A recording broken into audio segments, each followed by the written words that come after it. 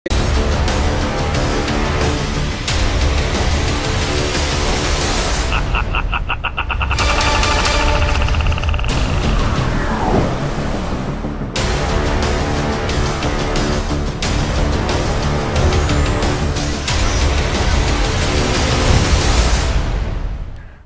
நேயர்களே, ரோபோலிக்ஸ் நிகழ்ச்சிக்கு உங்களை வரவேற்பது விக்ரம் ரவிசங்கர் மற்றும் தகவல்களின் நாயகன் ரோபோ.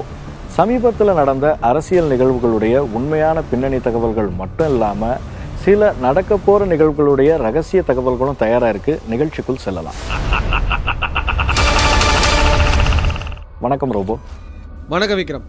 கடந்த சில வாரங்களா நம்ம ஊர்ல நடக்கிற அரசியல் அசாதாரண சூழலுடைய பின்னணியை பத்தி பேசி பேசி போர் அடிக்குது. அதனால இன்னைக்கு அதெல்லாம் வேண்டாங்கிறியா? நேயர்கள் கொந்தளிச்சிட போறாங்க ரோபோ. இல்லவே இல்லைன்னு சொல்லலையே விக்ரம், இருக்கு. ஆனா ஆரம்பத்திலேயே வேண்டாம்னு சொல்ல வந்தேன். அடுத்த மாசத்துல இருந்து நாடு முழுவதும் நடைமுறைக்கு வரப்போற ஒரே வரி திட்டம் தொடர்பான தகவல் ஒண்ணு இருக்கு. ஓ, நேஷனல் இஷ்யூ. நல்ல மேட்டர் தானே, அதுல இருந்தே ஆரம்பி. வர்ற ஜூலை 1ஆம் தேதியில இருந்து நாடு முழுக்க ஒரே வரி திட்டத்தை அமல்படுத்த போறாங்க. இந்த திட்டத்துக்கு எதிராக வியாபாரிகளும் பொதுமக்களும் பல்வேறு விதமா எதிர்ப்பு தெரிவிச்சுட்டு இருந்தாலும் திட்டத்தை அமல்படுத்துறதுல உறுதியா இருக்காங்க. அதுக்காகத்தானே வர 30ஆம் தேதி நள்ளிரவு நாடாளுமன்றத்தை கூட்டுறாங்க. இது தெரிஞ்சது தானே ரோபோ? 30ஆம் தேதி நள்ளிரவு நாடாளுமன்றத்தை கூட்ட போறாங்கன்னு தெரிஞ்சிருக்கலாம். அதே நள்ளிரவு இங்க என்ன நடக்க போகுதுன்னு தெரியுமா? மேட்ருக்கு வந்துட்டேன்னு நினைக்கிறேன். சொல்லு, என்ன நடக்க போகுது இங்க? என்ன எங்க? ஒரே வரி திட்டத்துக்கு ஆரம்பத்துல இருந்தே எதிர்ப்பு தெரிவிச்சுக்கிட்டு இருந்த தமிழக வணிகர்கள் நாடாளுமன்றம் கூடுற அதே நள்ளிரவு நேரத்துல மாவட்டந்தோறும் தலைநகரங்கள்ல கருப்பு கொடி ஏத்த போறாங்களாம். இது மூலமா தங்களுடைய எதிர்ப்பை பதிவு செய்ய நினைக்கிறாங்க. இவ்வளவு எதிர்ப்பு இருக்கும்போது இப்பவே இதை செஞ்சாகணுமா? இதையெல்லாம் நம்ம பேசினா ஆன்டி இண்டியன்னு சொல்லுவாங்க. நீ நம்ம ஊர் அரசியலுக்கே வரோபோ. அதுவும் சரிதான்.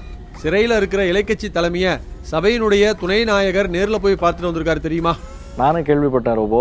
அப்படின்னா ஆட்சியும் அணியும் மறுபடியும் துணை தலைமை கட்டுப்பாட்டுக்கு வந்துடுச்சா என்ன? என்ன விக்ரம், நீயும் இப்படி கேக்குற? உன்னை சொல்லி குத்தமில்ல. பாவம், துணை தலைமையும் அப்படித்தான் நினைச்சு குஷியில இருந்தாரு. ஆனா குடியரசுத் தலைவர் தேர்தல்ல தங்களுடைய அணி தாமரை கட்சி வேட்பாளர் தான் ஆதரிக்கும்னு முதன்மை பதவியில இருக்கிறவர் அறிவிச்சிட்டாரே. இத நம்ம ஆளு கொஞ்சம் கூட எதிர்பார்த்திருக்க மாட்டாரு.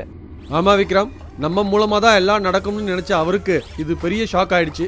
அது சரி, துணை தலைமையை கண்டுக்காம இப்படி ஒரு அறிவிப்பை வெளியிடுற தைரியம் எப்படி முதன்மையானவருக்கு வந்துச்சு? விசாரிக்காம இருப்பேனா விக்ரம்? அதை கேட்டா நீயே ஆடி போயிடுவ. என்னன்னு தான் சொல்ல. இலைக்கட்சி ஆட்சியை கவிழ்க்கிற வேலையில துணை தலைமை இறங்கி இருக்கிறதா சிறையில இருக்கிற தலைமைக்கு தகவல் போயிருக்கு.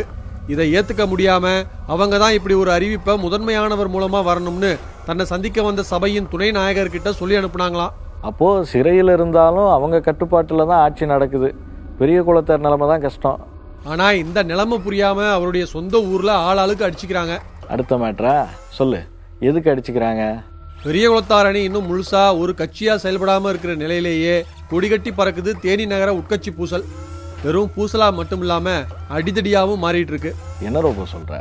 அந்த மாவட்டத்தில் இருக்கிறதே 4 சட்டமன்ற உறுப்பினர்கள் தான். அதுலயும் 3 பேரு அதிகாரத்தில் இருக்கிற அணியை சேர்ந்தவங்க. ஒருத்தர் தானே பெரிய குளத்தார் அணியை சேர்ந்தவர். அது சரிதான் விக்ரம். ஆனா பெரிய குளத்தார் அணியில இன்னும் யாருக்கும் பொறுப்புகள் வழங்கப்படாததால பொறுப்பு கேட்டு ஆளாளுக்கு தனித்தனி அணியா செயல்பட ஆரம்பிச்சிட்டாங்க. எத்தனை அணி? மக்கள் ஆல்ரெடி கன்ஃபியூஷன்ல இருக்காங்க. தான் தான் நகர செயலாளர், தான் தான் மாவட்ட செயலாளர், தான் தான் அணி செயலாளர்னு ஆளாளுக்கு தாங்களாகவே பொறுப்புக்கு வந்தது மாதிரி நடந்துக்கிறாங்க. அடிச்சுக்கிறாங்க, சண்டை போட்டுக்கிறாங்கன்னு பொதுவாகவே சொல்லிக்கிட்டு இருக்க. நடந்த சம்பவம் ஏதாவது சொல்றது? தேனி மாவட்டத்துல சீக்கிரமே பெரிய குளத்தார் அணி சார்பா செயல் வீரர்கள் கூட்டம் நடக்க போகுது. அதுக்காக சுவர் விளம்பரங்கள் செய்யற பணி நடந்துகிட்டு இருக்கு. அதுல தன்னுடைய பெயரை சேர்க்கலைன்னு சொல்லி தேனி நகர செயலாளர் பதவிக்காக பல்வேறு செலவுகளை செஞ்ச வழக்கறிஞர் ஒருத்தர் சுவர் விளம்பரம் வரைஞ்ச கட்சி பிரமுகரோட வாக்குவாதத்துல ஈடுபட்டாரு. வெறும் வாக்குவாதம் தானா? அப்படின்னா இந்த சப்ஜெக்டே தொட்டிருக்க மாட்டேனே விக்ரம். வழக்கறிஞர் ஆதரவாளர்கள் வீடு புகுந்து தாக்கினதுல அந்த பிரமுகருக்கும் அவருடைய மனைவிக்கும் பலத்த காயம் ஏற்பட்டிருக்கு. சம்பவத்தை கேள்விப்பட்டு அதிர்ந்து போயிருப்பாரு பெரிய குளத்தாரு. தெரிஞ்சா தானே விவகாரத்தை மூடி மறைக்கிற வேலையே செஞ்சுட்டாங்க. வெளியில தெரிஞ்சா பிரச்சனை ஆயிடும்னு சொல்லி தாக்குதலுக்கு உள்ளான கட்சி பிரமுகரை எந்த புகாரும் கொடுக்க வேண்டாம்னு தனியார் மருத்துவமனையில சிகிச்சை பெற அறிவுறுத்தியிருக்காங்க. அதுக்கான பணத்தையும் பெரிய குளத்தார் சகோதரர் மூலமா கொடுத்துட்டாங்க. OPS சகோதரர் ராஜா மூலமா 5000 ரூபாய் மருத்துவ சிகிச்சைக்காக கொடுத்துருக்காங்க. கடைசி வரைக்கும் இந்த மேட்ரு பெரிய குளத்தார் கவனத்துக்கு போகவே இல்லையா? அது எப்படி மறைக்க முடியும்? கொஞ்ச நாள் கழிச்சு சொல்லியிருக்காங்க. அவரும் 2 பேரையும் தனித்தனியா விசாரிச்சிருக்காரு. அப்படியும் சமாதானப்படுத்த முடியாம திணறிக்கிட்டு இருக்காராம். எதிரணி இதெல்லாம் வேடிக்கை பார்த்துட்டு குஷியில இருக்கு. சொந்த மாவட்டத்திலேயே இப்படி ஒரு பிரச்சனைனா கஷ்டம்தான். சரி, அடுத்த மேட்ரு சூரிய கட்சியில் ஐடி விங் வேலைகள் எப்படி போயிட்டு இருக்கு? அவங்க தலைவரே கேட்கலனாலும் நீ கேட்ப போல, இவ்வளோ ஆர்வமா இருக்க. இல்லை, புதுசாக உருவாக்கி இருக்காங்களேன்னு கேட்டேன். நீ கேட்ட அதே கேள்வியை தான் அவங்க செயல் தலைவரும் ஐடி விங் செயலாளர்கிட்ட கேட்டிருக்காரு. என்ன செய்ய திட்டமிட்டு இருக்கீங்கன்னு. அதுக்கு அவர் ஒரு பெரிய லிஸ்டே கொடுத்துருக்காராம். லிஸ்ட்டில் சுவாரஸ்யமாக 1-2 சொல்கிறது. சூரிய கட்சி உறுப்பினர்களுடைய அடையாள அட்டையை ஸ்மார்ட் கார்டு மாதிரி மாற்ற போறாங்களாம். அந்த கார்டுல உறுப்பினர்கள் பற்றின முழு விவரங்களும் இடம்பெறும் வகையில உருவாக்கிடுவோம்னு சொல்லியிருக்காரு. மாதந்தோறும் மாவட்ட ஐடி விங் தலைவர்கள் அந்த மாவட்டங்கள்ல உறுப்பினர்கள் பங்கேற்ற போராட்ட தகவல்களை கட்சி வெப்சைட்ல அப்டேட் செய்யணும்னு உத்தரவு போட சொல்லலாம். இது மூலமா உறுப்பினர்களுடைய செயல்பாடுகளை கட்சி அலுவலகத்தில இருந்தே தெரிஞ்சுக்கலாம்னு சொல்லியிருக்காரு. பரவாயில்லையே, பயங்கரமா அப்டேட் ஆயிடுவாங்க போல. இந்த திட்டத்துக்கு செயல் தலைவர் என்ன சொன்னாரு? அவர் ரொம்பவே உற்சாகமாயிட்டாராம். எல்லாத்தையும் உடனே செயல்படுத்தும்படி உத்தரவிட்டிருக்காராம். ஏரோபோ, கை கட்சியில கூட புதுசா ஒரு குழு உருவாக போறதா கேள்விப்பட்டேனே. ஆல்ரெடி அங்க குழுக்கள் நிறைய இருக்கு விக்ரம். அட, நான் அதை கேட்கல ரோபோ. அஃபிஷியலா ஏதோ ஒரு குழு உருவாக போறதாவும் அது சம்பந்தமானது தான் மாநில தலைவருடைய டெல்லி பயணம்னு கேள்விப்பட்டேன். அதுவா, வேற ஒண்ணுமில்ல விக்ரம். தமிழகத்துல ஒழுங்கு நடவடிக்கை குழு ஒன்ன உருவாக்குறதுக்கு டெல்லி தலைமை ஒப்புதல் கொடுத்திருக்கு. அந்த குழுவுல யாரெல்லாம் இடம்பெற போறாங்கிறத முடிவு செய்யறது தான் மாநில தலைவருடைய டெல்லி பயணத்தின் நோக்கம். எப்பவும் இல்லாம இப்ப என்ன புதுசா ஒழுங்கு நடவடிக்கை குழுவுக்கான தேவை வந்துச்சு? கை கட்சியில சமீபத்துல புதிய மாவட்ட நிர்வாகிகள் நியமிச்சதுல தங்களுக்குரிய பிரதிநிதித்துவம் தரலைன்னு சொல்லி மாநில தலைவருக்கு எதிராக முன்னாள் மாநில தலைவருடைய ஆதரவாளர்கள் உண்ணாவிரத போராட்டம் நடத்தினாங்க இல்லையா? ஆமா, அதுல கலந்துகிட்டவங்க மேல ஒழுங்கு நடவடிக்கை எடுக்கப்படும்னு மாநில தலைவர் கூட எச்சரிச்சாரு. அவர் எச்சரிச்சதை யாரும் பெருசா எடுத்துக்கலையாம். அதனால கோபம் அடைஞ்ச மாநில தலைவர் இப்படி ஒரு ஏற்பாட்டை கேட்டு வாங்கியிருக்காரு. தேசிய துணைத் தலைவர் அதான் இளம் தலைவருக்கு கடிதம் கூட எழுதினாராமே. ஆமா விக்ரம், முன்னாள் மாநில தலைவர் மேல கட்சி நடவடிக்கை எடுக்கணும்னு இளம் தலைவருக்கு கடிதம் எழுதினாரு. உட்கட்சி விவகாரங்களை வெளியில பேசி கட்சிக்கு களங்கம் ஏற்படுத்துறாருன்னு ஆதாரங்களோட கடிதம் அனுப்பியிருக்காரு. அதுக்கு பொறுமையா இருங்க, நல்ல செய்தி வரும்னு இளம் தலைவர் தரப்புல இருந்து பதில் வந்துச்சு. அந்த நல்ல செய்தி தான் ஒழுங்கு நடவடிக்கை குழுவுக்கான ஒப்புதலா? அப்படியும் இருக்கலாம் விக்ரம். அரசியல் போதும்னு நினைக்கிறேன். வேற ஏதாவது ஹாட்டா இருக்கா? இப்போதைக்கு தலைநகரத்துல இருக்கிற போக்குவரத்து நெரிசல் தான் ஹாட் டாபிக். இடையில கொஞ்சம் சீரான மாதிரி தெரிஞ்சுது, மறுபடியும் பழையபடி நெரிசல் ஆயிடுச்சு. என்ன சொல்ல வர்ற? இடையில கொஞ்சம் சீரான மாதிரினா சிட்டி தலைமைக்காக்கி மாற்றத்துக்கு முன்னாடியா? அதான் விக்ரம் வேணுங்கிறது. கரெக்டா பாயிண்ட்டுக்கு வந்துட்ட. அட சும்மா இரு ரூபோ. இப்போதான் புதுசா வந்த தலைமை நல்லவரு வல்லவரு, பத்திரிகையாளர்களை ரெகுலரா சந்திக்கிறதா உறுதி அளிச்சிருக்காரு. அதனால ரகசியங்களுக்கு இடமே இல்லைன்னா அதுக்குள்ள அவரை பத்தியும் பேச ஆரம்பிச்சிட்டியா? அவசரப்படாத விக்ரம். இந்த மேட்டர்ல கூட அவரை நாம குறை சொல்லல. அவர் கவனத்துக்கு சில விஷயங்களை கொண்டு வர முயற்சி செய்யறோம், அவ்வளவுதான். சரி, மேட்டருக்கு வா. போக்குவரத்து நெரிசலுக்கு காரணம் என்ன? தலைநகரத்தை பொறுத்த வரைக்கும் போக்குவரத்து நெரிசலுக்கு முக்கிய காரணமே கண்ட இடங்கள்ல வாகனங்களை நிறுத்துறதும் ஆக்கிரமிப்புகளும் தான். இடையில கொஞ்ச நாள் மட்டும் இருந்த சிட்டி தலைமை காக்கி பொறுப்புக்கு வந்த உடனே இதை சரி செய்யற பணியை தான் முதல்ல தொடங்கினார். ஆமா, நாம கூட அதை பத்தி பேசியிருந்தோம். முக்கிய சாலைகளில் போக்குவரத்து பணியில் ஈடுபடுற காக்கிகளை கண்காணிக்கிறது, பணி நேரத்தில் அங்கே இல்லாதவங்க மேலே நடவடிக்கை எடுக்கிறது, போக்குவரத்து காக்கிகள் ரோந்து பணிகள் மேற்கொள்ளணும்னு உத்தரவிட்டதுன்னு சொல்லிக்கிட்டே போகலாமே. இப்போ வந்த தலைமை காக்கியும் வந்த உடனே பழைய தலைமையை பாராட்டிட்டு போக்குவரத்தை மேம்படுத்த மேற்கொண்டு என்ன செய்ய முடியுமோ செய்யலாம்னு சொன்னாரு. ஆனா அவரை மாதிரி இவர் போக்குவரத்து காக்கிகள் கிட்ட ஸ்ட்ரிக்டா இல்ல. அதனால எல்லோரும் மறுபடியும் மரத்தடிக்கு போய் நிக்க ஆரம்பிச்சிட்டாங்க. அதனாலதான் மறுபடியும் போக்குவரத்து நெரிசல்ல தலைநகரம் சிக்கி தவிக்குதா? சும்மா இல்ல விக்ரம். இடையில கொஞ்ச நாளும் 30% வரைக்கும் நெரிசல் குறைஞ்சது. இப்போ மறுபடியும் பழைய நிலைமைக்கு வந்துடுச்சு. உதாரணத்துக்கு சிட்டி தலைமை காக்கி அலுவலகம் இருக்கிற சாலையவே எடுத்துக்கலாம்.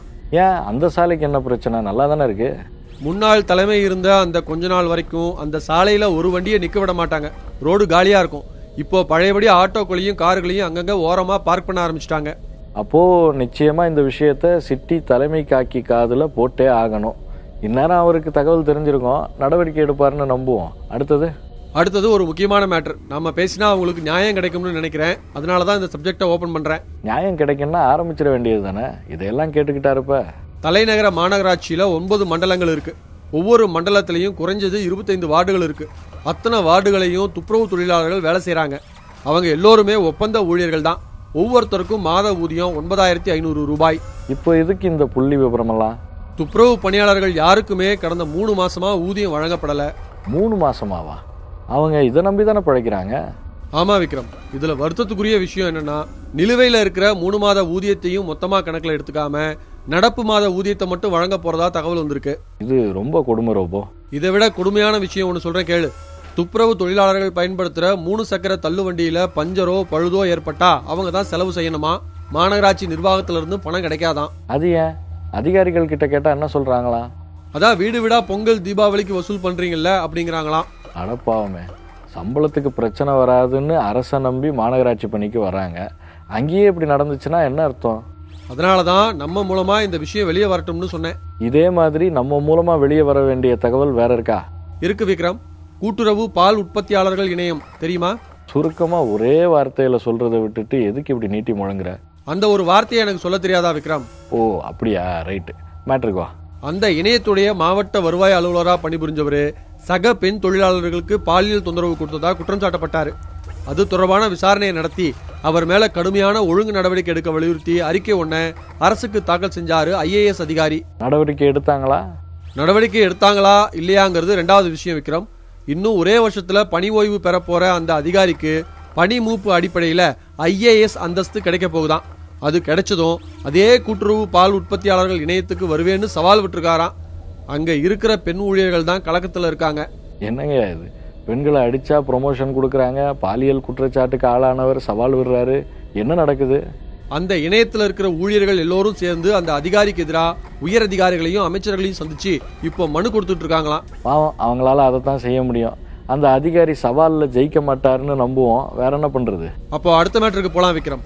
திண்டுக்கல் மாவட்ட உளவுத்துறை உயரதிகாரி ஒருத்தர் மேல மற்ற காக்கிகளே ஏகப்பட்ட புகார் தெரிவிக்கிறாங்க. சக காக்கிகளே பாதிக்கிற அளவுக்கு என்ன செய்யறாரு மனுஷன்?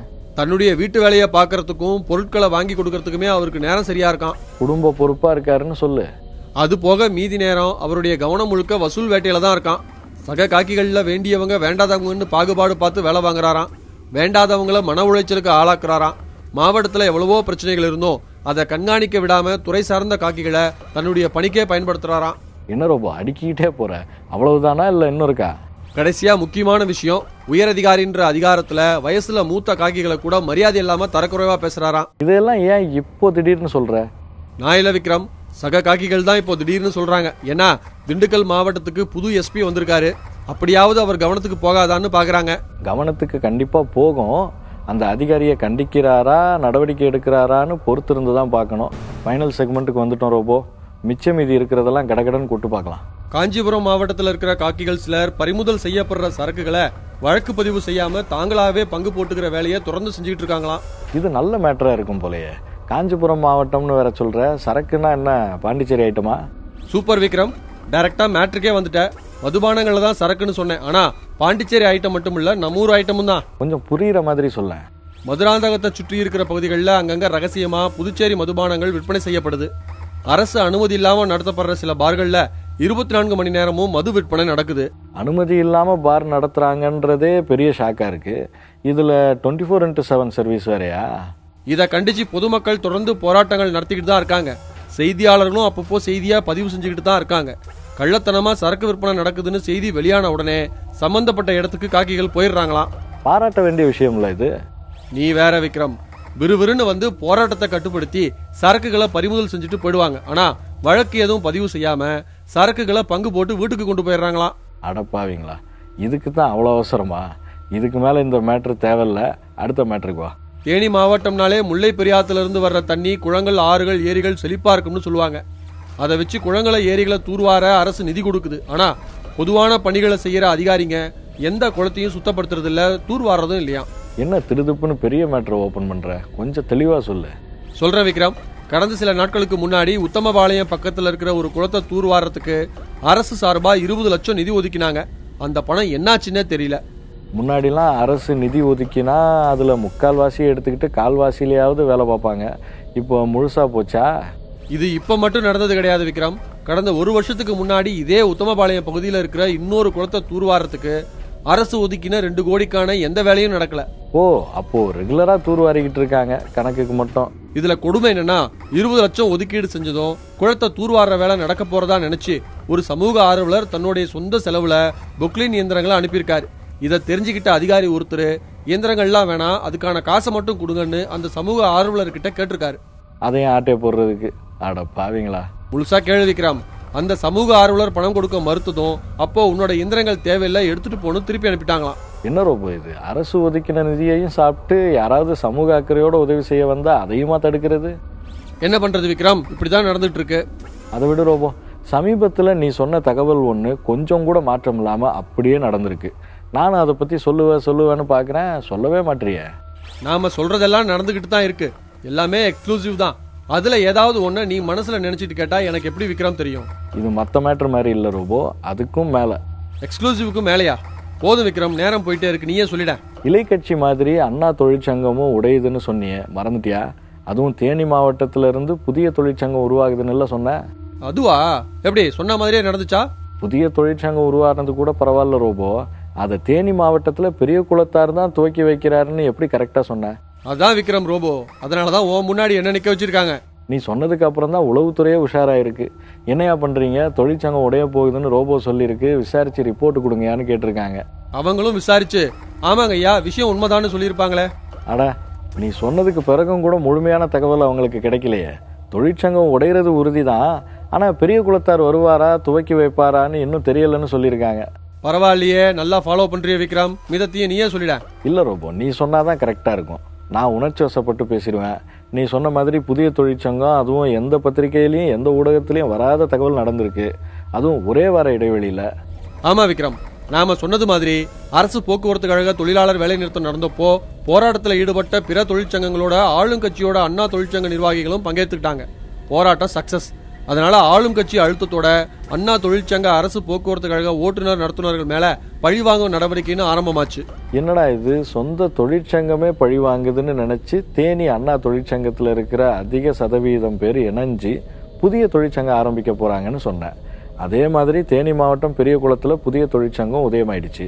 பெரிய குளத்தாருடைய சொந்த ஊரான பெரிய குளத்துலன்னு சொல்லி விக்ரம், அதுக்கான விழாவும் அவர் தலைமையிலேயே நடக்கும்னு சொன்னோம். அதே மாதிரி நடந்துச்சு.